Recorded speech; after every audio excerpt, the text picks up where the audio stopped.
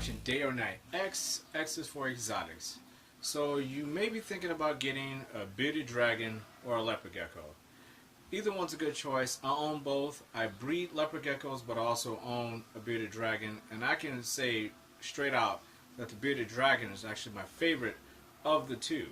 If I had to recommend one over the other, I would recommend a bearded dragon, especially if you have a family of little kids. You got little ones who want to actually interact with the animal. You got little ones that might want to get the animal out a lot more and have it sit on their lap, sit on their shoulder, want to feed it by hand or something like that. I definitely recommend the bearded dragon. But the leopard geckos are very, very good family pets as well, mainly because they don't need as much space, much easier to take care of, and they come in a much more diverse variety of color patterns, morphs, etc., which we'll get into further in this video. So first and foremost, let's just try to start off with one of them, and that's the leopard gecko. We'll start off with leopard gecko. We'll talk everything leopard gecko, then we get into bearded dragon. So let's talk leopard geckos. Leopard geckos are very easy to take care of. All you need is some sand, 10-gallon tank, a moist hide with forest moss or Eco Earth coconut fiber. You can also use newspaper to put them on. You can use paper towel to put them on. Depending on what level of maintenance you want to use with them, mainly meaning if you want to get in there with them and make sure that they're super clean every day, and you want to get in and out when they mess and do what they do, then you can put them on paper towels. That's really easy. You can take everything out, put the paper towel down, and you're ready to roll. I prefer sand mainly because I can do what you call spot maintenance, meaning you just take the pooper scooper, you go in, you scoop out what's in there, and you're done. You don't have to take out a paper towel. You don't have to worry about them soiling the paper towel to a point where it's actually turning into its own mass. I mean, the smell is not very good with the paper towels. I prefer sand. That's just me. I'm going to put a link in the description below of some of the videos that helped me along the way actually understand how not only to keep leopard geckos, but also understand them, meaning their temperament, growth rate, what they eat, etc. I'm going to go through quickly how I keep mine, both with the bearded dragon and leopard gecko. I'm just going to talk about pretty much how I keep mine, and I'm going to put a link in the description of where I actually initially learned the most from as far as YouTube videos. So let's get into how I keep my leopard geckos.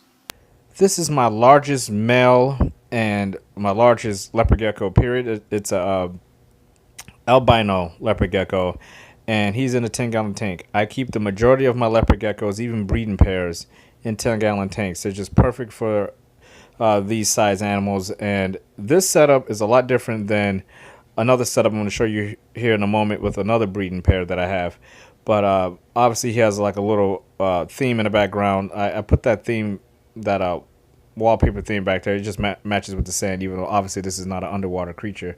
This is a desert animal, but I just like the colors that go with the red sand. But he doesn't have a moist hide. Now if you take a look at this other cage, if you look at that red Tupperware container that has a hole cut out in it, that's the moist hide. That has Eco Earth substrate in it with some forest moss in it, and I keep that damp, and they go in there and they just hang out if they want the humidity to be a little bit higher.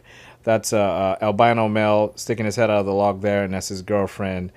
That's a normal female, and she's a little thin. She's been dropping eggs. But that's another setup. Again, 10-gallon tank. The only 20-gallon tank I keep is with 4 smaller leopard geckos. They're like juveniles, and has an adult tangerine female in that 20-gallon tank. That's about as big as the tank I have. The rest of them are 20 or 10 gallons or below. I actually keep one in a 5-gallon tank, which is perfectly fine. Now here we're looking at some Instagram pictures of some of my beautiful leopard geckos, and these are some of the different morphs. This is an albino here. I just want to show you, this is an albino.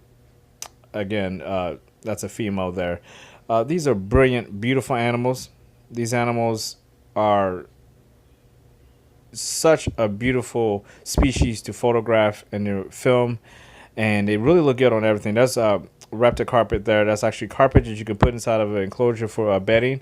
I don't use carpet anymore. Their nails kind of get snagged on them, so I stopped using carpet. But these are awesome animals, and they just look amazing with any setup. And again, you can be really creative. If you look in here, if you look at the substrate there, that's actually aspen and eco earth.